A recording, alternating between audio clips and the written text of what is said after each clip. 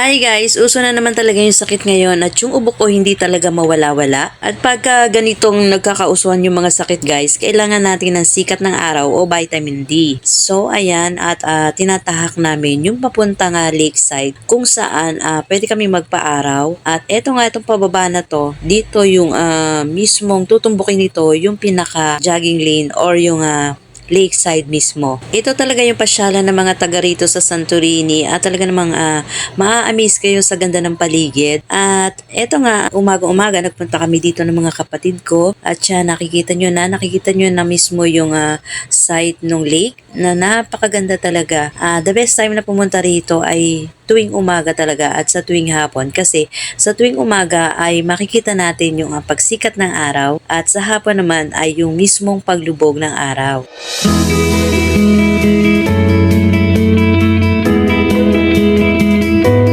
Then yung mga nakikita nyong parang bakod-bakod doon, yun yung mga pinanguhuli ng isda. At ito namang nakikita nyo na banda rito, ito yung pool na bagong gawa pa lang at halos hindi pa ginagamit kasi iniintay pang maaproba ng mga homeowners. Ayan, at dun sa banda doon ng pool, andun naman yung clubhouse. Alam nyo guys, doon sa part na to talagang nakakahapo talaga. Kaya mas pinili ko na lang talaga mag voice over kasi pagka actual ako nagsasalita talagang puro hapo talaga yung maririnig nyo guys. So ayan at nakababa na kami at ayan, di ba ang gaganda, may mga halaman na napaka-nature talaga ng paligid dito guys. So ayan at papakita ko sa inyo yun talagang view dito sa lakeside. Ang lakeside na ito guys ay nasa mismong dulo ng subdivision. So yung mga nakatira dito, ito yung nagsisilbi nilang pasyalan at talaga namang napakaganda.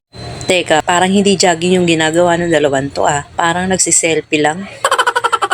Then ayan yung hindi siya dagat guys, lake siya. Kaya hindi siya maalon kasi dito talaga nanghuhuli ng isda yung mga taga Binangonan. At dun sa side na yon yung medyo makikita nyo na parang ayan yung part na yan. Diyan pwede kang mamingwit.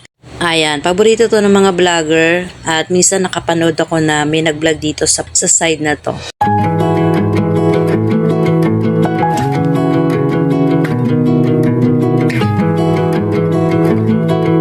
At ito naman, hindi ko alam kung ano tong ginawang to. Hindi ko alam, baka kulungan ng mga pasaway. Joke. And then, ayan, ito yung jogging lane at biker's lane. Tapos, may makikita kayo mga bundok-bundok dyan na talaga naman nakaka-relax tingnan. Then, ito yung mga water lilies. Ayan, ang dami. Alam nyo, ang nakaka-relax sa akin dito, yun yung sounds ng motor ng bangka. Stress reliever sa akin yan, pati na yung mga huni ng ibon. Ayan o, may nakita akong isang bangka at yan, feeling ko talaga nasa probinsya ko. At ito naman mga bahay na to, ito yung condo style to guys na sold out na lahat at may mga nag-o-occupied na. Yan. Isa lang ito sa klase ng pabahay dito. Ito yung condo style na up and down at iba yung nakatira sa baba at iba naman din yung nakatira sa taas. Meron din dito Linnea, yun yung single detached at meron ding mga Jasmine, yun yung townhouse. At dito, ayan, ito yung pinaka-view mismo. So, ang ganda, di ba? At dito rin sa side na to, makikita yung old lighthouse na itinayo pa nung panahon ng Hapon or Kastila.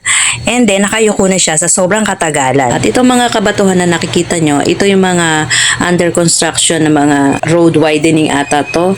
So, ayan, tinanggal nila yung mga bato at sabi nila, ilalagay daw itong mga bato na to dito sa parang hawla na to na hindi ko rin maintindihan, hindi ko rin ma-explain. Malalaman ko rin yan pag natapos. And then, dito may mga kabahayan din dito. Ayan, hindi na sila sakop ng Santorini. And then, ayan, itong tinatahak namin, ito yung under construction na bahay ng kapatid ko. At ayan na nga, balik na tayo. At ito nga ulit yung lakeside.